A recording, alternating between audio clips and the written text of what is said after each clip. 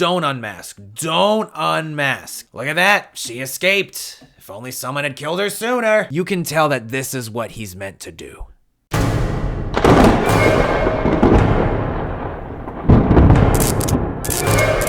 Hi there. My name is none of your business if you want to live.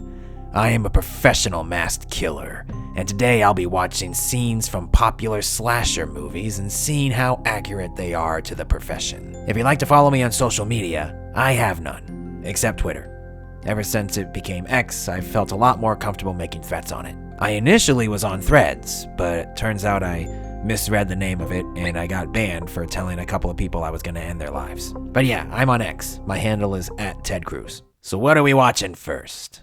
Michael? A child? A child masked killer?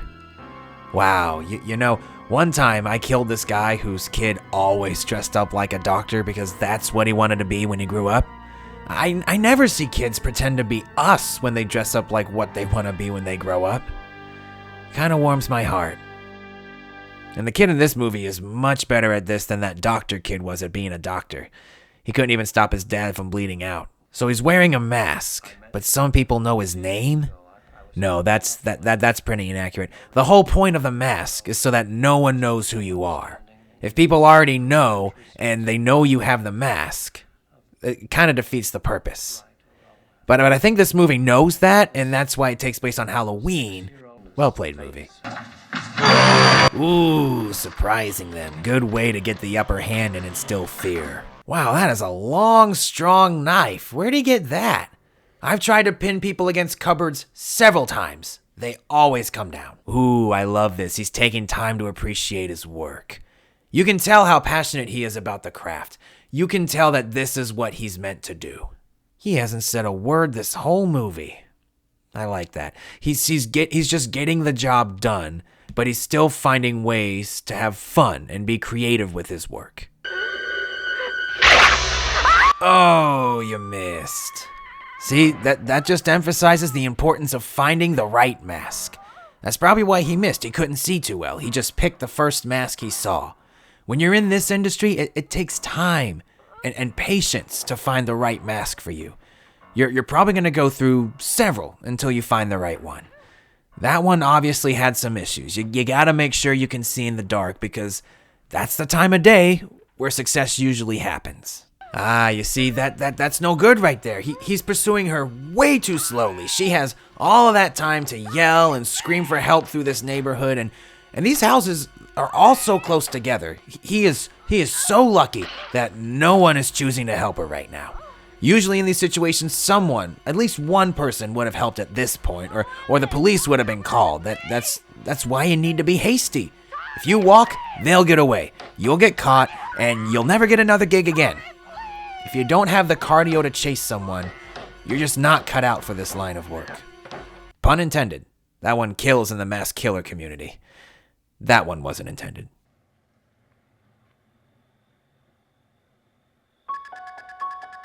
Wow, that is a strong guy. He got shot multiple times, fell off a balcony, and he still walked away?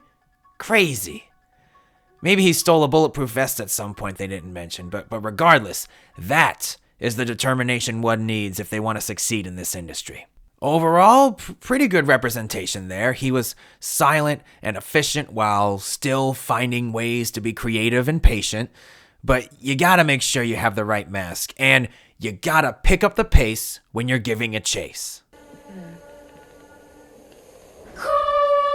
Oh, this is in the field, we call this guy a patient Pat, because he was clearly waiting for a long, long time to kill if he had to wait until carolers came around. That's even more patience than Michael Myers. That takes so much dedication to your craft. It is so hard. I once staked out a sorority house myself and was waiting a good 8 hours for some sort of distraction like this to happen so I could just get one kill. And I got so bored, I had to leave. I could not be that guy. Killer kudos to him. Ah, this right there. See that? That's what we call nature's mask. He didn't have a mask, so he just made sure his kill took place in total darkness, just in case he can't finish the job. You always need to be prepared for an unsuccessful kill. Every client is different. Good call grabbing the unicorn, that's very crafty. You always have to make sure you have your supplies, but sometimes you just have to use your surroundings. Very creative. Just as long as he keeps the unicorn with him. Don't want anyone finding that.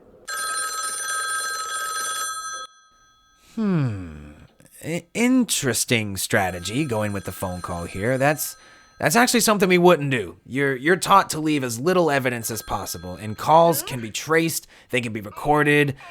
Stolen phones, clone phones, they don't usually work. The phone call thing is a stereotype. We don't usually do that.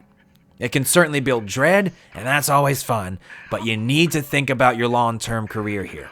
Although, good call including things the douchebag boyfriend said in their argument. Now it's scarier because it's clearly someone who can hear her, and it sows the seeds of suspicion. Maybe it's actually the douchebag boyfriend. That helps to make up for the phone call thing a little. Creating another suspect is a good long-term strategy. But I still wouldn't do the calling, too risky. He doesn't get caught? Wow, he got away with it without even wearing a mask and with the phone trail? Impressive. But I honestly don't think that would have worked with the whole phone call thing.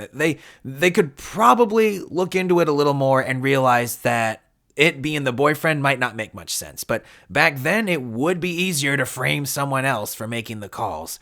Definitely couldn't get away with it today. Just stay off the phone and start slicing. Overall, I'd say it's not too accurate. The phone call thing really brings it down, but otherwise it's a pretty decent depiction of the profession.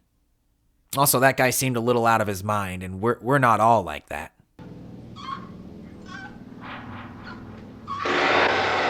Wait, this guy's using a chainsaw? Oh, no. That's far too loud of a weapon. So someone would notice. Well, okay, they are very isolated. I suppose that would help, but it's very inadvisable. You want something that's going to be quick and quiet, but not too quick, because if you can't enjoy your kill, why do it, right? But using it inside of the house, yeah, that I understand. So this movie does a great job demonstrating advice that most will give you when you enter this trade. Location. Sometimes you're gonna need to travel for this. You need to be willing to move to chase this dream. And this is prime real estate for this profession. Some people get trained and they just want to go to a big city where all the people are, but that's a very short-term mindset. More witnesses, more police, less chance of long-term success. But this is a prime location. Isolated, very small town, near a highway, maybe not a ton of victims, but victims will still come, and witnesses will be scarce. And it appears they let the victims come to them rather than seeking them out. Not including the grave robbing. So if they're gonna be patient Pats, this is a good home for patient Pats. We were just having fun. You think this is a party? Yeah, they're taking way too long to kill her. I get why they're doing this dinner thing. Like I said, if you're not having fun with what you're doing, why do it? But they really need to wrap it up. They're giving her too much time to escape. They also need to be wearing masks here. Like, what are we even doing here? You want her to remember you and blow your whole operation if she escapes because you're taking too damn long to kill her? Just gonna let her stay tied and allow the camera to keep zooming on her eyeball? This is where the whole final girl myth comes in. We all know about the final girl thing, but to us, final girl refers to the last girl you kill before you retire, be it willingly or by force. However, we have tried to become more inclusive in our community. We actually prefer the term final victim. Look at that, she escaped. If only someone had killed her sooner. Overall, another rather lazy depiction in terms of execution, but it did do a good job at representing a good long-term strategy for mass killing. Not a lot of movies like to do that. I think it would be quite plausible that they could keep killing for as long as they seem to have been, but then the movie gets sloppy with the ending. They had too much fun with their work. They need to remember that it's still work. It's still a job, and they need to get the job done. We're doing the phone call thing again? Really? I've already talked enough about the phone call. Not a good long-term strategy.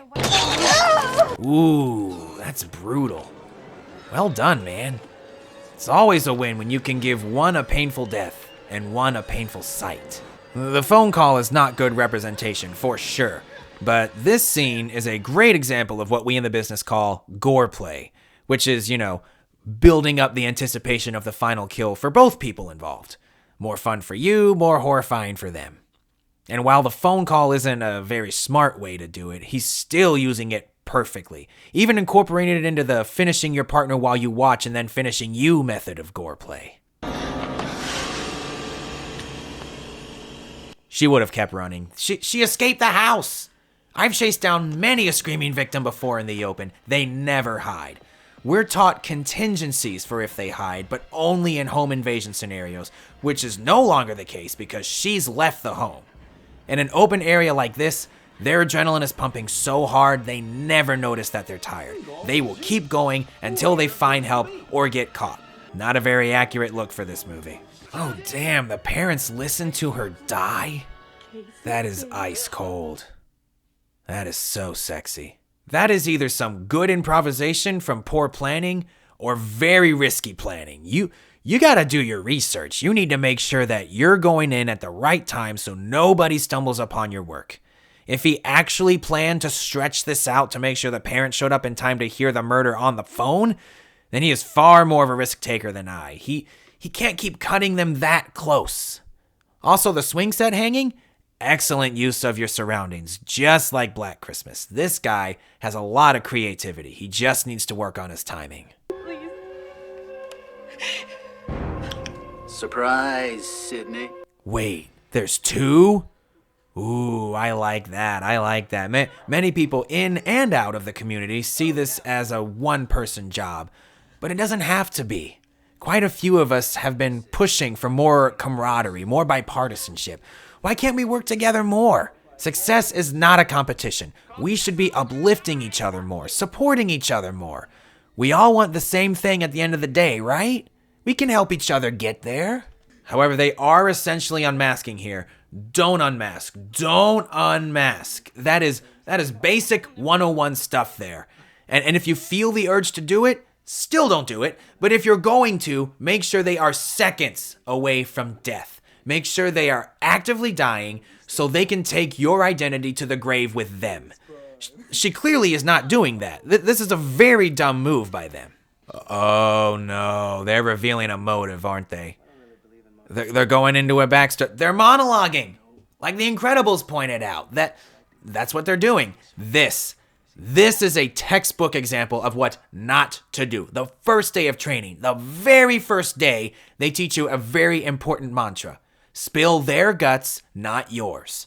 Don't stop the kill to explain why you're doing it. Just do it. Because the longer you stretch this out, the longer they have to find a way to escape or turn the tables or stall as help arrives. Like I said with the unmasking, tell them your motive as long as they are actively dying and make sure it dies with them. There's a huge difference between gore play and monologuing. Gore play usually involves more pain, more torture, usually physical but could be mental, something that directly impacts the suffering and gets you closer to that kill.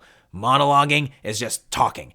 No restraints, no extra pain. Monologuing is just wasting time. It accomplishes nothing. Michael Myers was the perfect example. These guys are the worst example. Spill their guts, not yours. Wait. They're doing the left me for dead contingency before the kill? Oh, wow. These guys are a terrible representation of us. You only stab yourself to make it look like you were left for dead if you know you're about to get caught or if anyone can place you at the location before the killings happen. This is the case here due to the party, but you need to make sure everyone is dead before you hurt yourself. Otherwise, you're just making it harder to finish the job. I can't believe they're doing this. This is kind of insulting. And look at that, the news lady showed up, and she had time to because of the monologuing. And now Sydney's gone because of Gale. And now they're dead. They failed. All goes back to the monologue. They didn't even kill the dad. They had him tied up. Didn't kill him. Tying him up is gore play. Leaving him there while they talked, monologuing. They never do that again, right? There's 6 of them? Do they monologue in all of them? Overall, these guys have creativity, but they're a very bad representation of us. They're clearly amateurs here, no training whatsoever. But they are teenagers, So I think maybe this film was going for that, because if you look at it that way, good job, film. So based on what I watched, all of these movies had problems, be it with how we do what we do or how it usually goes. Based on that low bar, I'd give Halloween the edge here. Almost went with Black Christmas because he was patient, he sowed doubt, he was creative, but the phone call thing is just too big of a mistake. With Halloween, I can forgive someone knowing his identity and the slow pursuit more than I can forgive the phone call. His perpetual silence helps tremendously. The worst I would give to Scream. That movie is not a good day for representation. Those two morons are such inaccurate depictions of the craft.